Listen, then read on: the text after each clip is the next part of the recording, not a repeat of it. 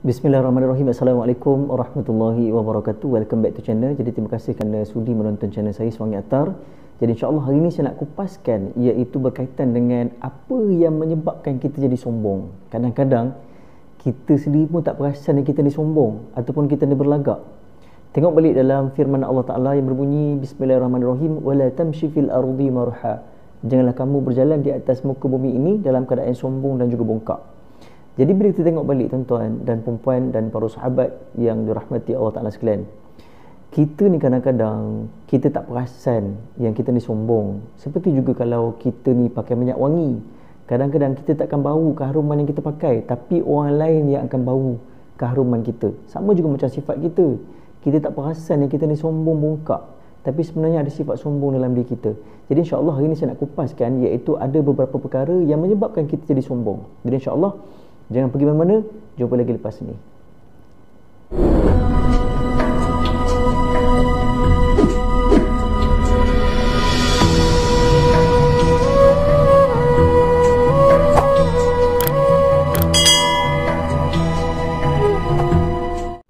Tuan-tuan dan perempuan yang dirahmati Allah Ta'ala sekalian, welcome back to channel. Jadi insyaAllah hari ni saya nak kupas ada beberapa bab ataupun perkara iaitu yang menyebabkan kita jadi sombong.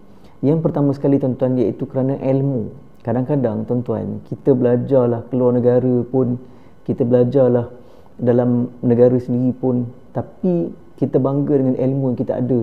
Kadang-kadang tuan-tuan, ilmu ni tuan-tuan bukan untuk kita suruh cari kesalahan orang, ataupun untuk kerana kita ada ilmu, kita ni suka cari keaiban orang ataupun kecacatan daripada ilmu orang lain. Tidak begitu. Allah Ta'ala wajibkan kita untuk cari ilmu, iaitu bukan untuk cari kesalahan orang lain. Sebab tu kadang-kadang bila orang berilmu tuan-tuan, dia belajarlah keluar negara sekalipun, dia belajarlah dalam negara sekalipun, tapi tujuan dia untuk cari kesalahan orang, maka tidak berguna ilmu dia. Tuan-tuan, lebih baik orang yang beradab daripada orang yang berilmu. Kerana orang yang beradab tadi, dia dah beradab tapi dia ada ilmu dia. Tapi orang yang ada ilmu ni, kadang-kadang tuan-tuan, dia kena jaga adab dia. Itu paling yang disuruh oleh Islam ataupun disuruh oleh Allah Ta'ala dan juga disuruh oleh Rasulullah SAW. Kerana ilmu tuan-tuan ada sampai yang bergaduh, yang argue, yang macam-macam. Ada yang mempertikaikan, ilmu aku lebih tinggi daripada ilmu kamu, sepatutnya kamu kena dengar ilmu aku. Tak boleh begitu tuan-tuan. Sebab kadang-kadang bila kita duduk di akhir zaman tuan-tuan, kita banyak berkaitan dengan khilafiyah ataupun khilaf, benda yang ada pendapat tersendiri. Macam contoh, orang ni ada pendapat dia sendiri, yang ni ada pendapat dia sendiri. So kita kena menerima pendapat semua. Itu kan rahmat. Jadi kenapa pula kita perlu sombong dengan ilmu yang kita ada? Kadang-kadang ada yang kita tengok balik, yang berilmu tapi berlagak dan juga sombong. Yang itu paling kita takuti sekali. Kadang-kadang bila dia ada ilmu, dia tak nak share dengan orang lain, ataupun dia jalan seorang-seorang. Contoh, nak tunjuk yang dia tu berilmu, dia suka duduk seorang-seorang. Itu tak boleh, tak dibenarkan dalam Islam. Dia sepatutnya bila kita ada ilmu, kita perlu kongsi dengan orang lain, dan juga bukan kita cari kesalahan orang lain. Itu salah. Dan yang kedua pula, sebab apa yang menjadikan seseorang itu sombong ataupun menyebabkan kita jadi sombong? Kerana iaitu kedudukan kita. Kadang tuan-tuan, orang yang berkedudukan ni, orang yang berpangkat, macam contoh pangkat dia lebih tinggi daripada kita, saya tak nak sebut pangkat apa, mungkin ada sedikit sifat sombong dalam diri dia. Dia tak nak duduk dengan orang yang berpangkat rendah ni. Sama juga macam contoh kalau kita menjawat jawatan dalam kerajaan, contoh dia grade S48, tapi dia tak nak bergaul dengan orang yang grade S19 ataupun S11 ataupun perkhidmatan awam yang rendah daripada dia. Jadi dia rasa macam malu. Tuan-tuan dan perempuan yang dirahmati Allah Ta'ala sekalian, ini paling kita tak suka sekali bila ada jurang di antara orang yang berkedudukan tinggi dengan orang yang berkedudukan rendah. Contoh, dia ni seorang yang kaya, seorang yang berharta, tapi dia tak nak bersedekah ataupun tak nak langsung panggil orang yang tidak berharta ni ataupun orang miskin ni untuk datang ke rumah dia. Dia tak panggil langsung, dia hanya panggil orang yang berkedudukan saja. Maka ni dibenci dalam Islam, tidak disukai oleh Islam. Dan yang ketiga pula tuan-tuan dan perempuan yang dirahmati Allah Ta'ala sekalian, dia sombong sebab apa? Kerana umur dia. Kadang-kadang kita rasa kita ni lebih tua daripada orang yang muda tadi. Kita kata, kamu ni umur berapa? Siapa yang lebih makan garam? aku ke kamu lebih makan garam. Kadang-kadang kita suka gunakan iaitu perkataan umur. Umur ni kadang-kadang tuan-tuan tak semestinya walaupun umur dia 70 ataupun 80 ataupun 60 ilmu dia tinggi, tidak. Kata Imam Syafi'i, ilmu itu bukan diukur dengan banyaknya orang tadi makan garam, tidak. Sebab pernah berlaku pada ketiga Imam Syafi'i menegur seorang budak yang salah pada ketika itu memakai serban ataupun sedang bercakap. Lalu pada ketika itu pemuda tadi beritahu apa?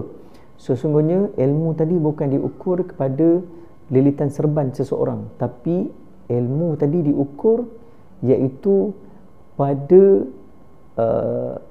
adab seseorang tersebut. Ramai orang yang orang kata bila tengok ukuran lilit serban dia panjang, tinggi dan sebagainya, dibawa orang berilmu. Tidak sebenarnya.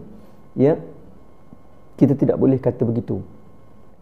Dan yang keempat pula, kerana jadi sombong pada seseorang tadi ataupun jadi sombong pada kita kerana rupa dia. Kadang-kadang rupa dia cantik, rupa dia lawa, rupa dia handsome, anak dia cantik, anak dia lawa, dia pun sombong.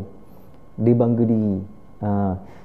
Sedangkan dia tak tahu itu adalah pinjaman semata-mata. Ramai orang yang sombong sebab kerana benda diberi kelebihan kepada dia, rupa dia yang cantik, bibir dia yang cantik, hidung dia yang mancung, kening dia yang tipis, janggut dia yang lebat, janggut dia yang cantik, rambut dia yang ikan mayang, mata dia warna coklat, warna hijau dan sebagainya. Kadang-kadang dia rasa riak ataupun dia berbangga, dia rasa sombong. Aku lebih cantik daripada kamu, kenapa pula aku kena bergaul dengan kamu? Ada yang masih lagi bersifat begitu.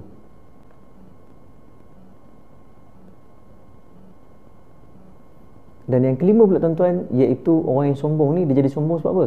Sebab faktor kesihatannya. Kadang-kadang dia telah berusia 60-70 tahun, dia perlekehkan bagi mereka yang sakit. Itulah dulu kamu tak nak jaga kesihatan kamu, tengok aku rajin jogging, rajin bersenam, sebab tu badan aku sihat.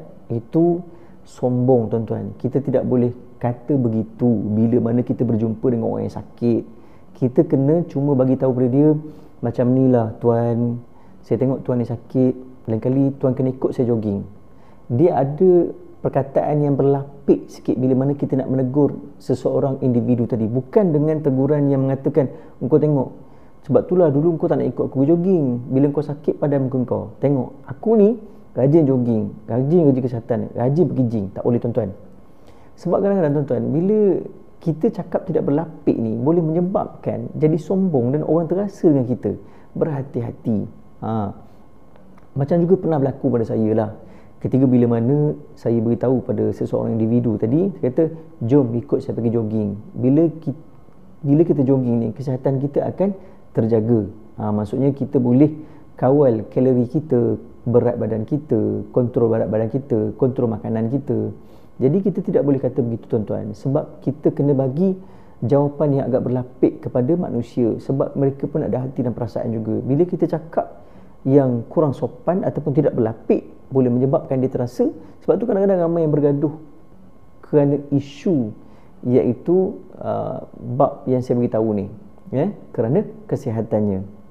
Dan yang keenam pula tuan-tuan, sebab apa jadi sombong? Sebab kerana keturunannya. Sebab kadang-kadang bila tengok balik, keturunan dia orang yang hebat, keturunan ni keturunan hulu balang, yang ni keturunan ada darah sikit yang berkaitan dengan dia raja. Sebab tu tuan-tuan, kadang-kadang ada sifat asabiah dalam diri individu tersebut yang diberanggapan bahawasanya dia ni berpangkat ataupun dia ni keturunan darah sekian-sekian. Aku keturunan darah ni, jadi aku tak boleh bergaul dengan keturunan darah tu. Tuan-tuan, sifat ni sifat yang paling dibenci sekali oleh Nabi SAW. Sedangkan Nabi sendiri pun berketurunan baik-baik. Nabi ni berketurunan baik tuan-tuan, tapi dia tak pernah bangga pun dengan keturunan dia. Aku keturunan baik, Nabi tak pernah cakap begitu. Cuma Nabi suruh kita menjaga perihal keturunan tadi. Sebab bila kita jaga perihal keturunan tadi, nasab-nasab keturunan tadi, insya-Allah maka akan terjagalah cucu cicit kita, murid-murid kita dekat bawah. Jadi tuan-tuan dan puan-puan yang dirahmati Allah Taala sekalian, inilah di antara iaitu 6 perkara yang boleh menyebabkan kita jadi sombong, angkuh dan berlagak. So kita kena buang sifat tuan-tuan. Kalau orang yang betul-betul belajar tasawuf, Orang yang ada tasawuf dalam diri dia, dia cuci hati dia, insya-Allah dia tidak akan ada perasaan ni. Sebab itulah tuan-tuan, kita ni kena sentiasa bila mana sebelum kita tidur maafkan orang, dan juga jangan cari pasal dengan orang. Kadang-kadang ramai yang beritahu ustaz, ramai yang suka cari pasal dengan saya tak pernah pun cari pasal dengan orang. Yang ni kena berhati-hati bila mana kita berhadapan dengan orang yang macam-macam tuan-tuan. Walaupun rambut dia sama hitam tapi hati dia lain. Kita kena berjaga-jaga bila mana kadang-kadang kita bawa imej kita, ada rupa kita kaya pun boleh menyebabkan jatuh pada sombong pada diri kita kalau kita tak bergaul dengan baik kepada orang yang bawah sikit daripada kita. Sebab tu tuan-tuan, saya pesan tolong jangan ada rasa sifat sombong dalam diri, kerana sifat sombong dan berlagak itu adalah sifat iblis. Jadi insya-Allah, wabillahi taufiq wa hidayah. Wassalamualaikum warahmatullahi wabarakatuh. Kita jumpa lagi untuk vlog yang akan datang.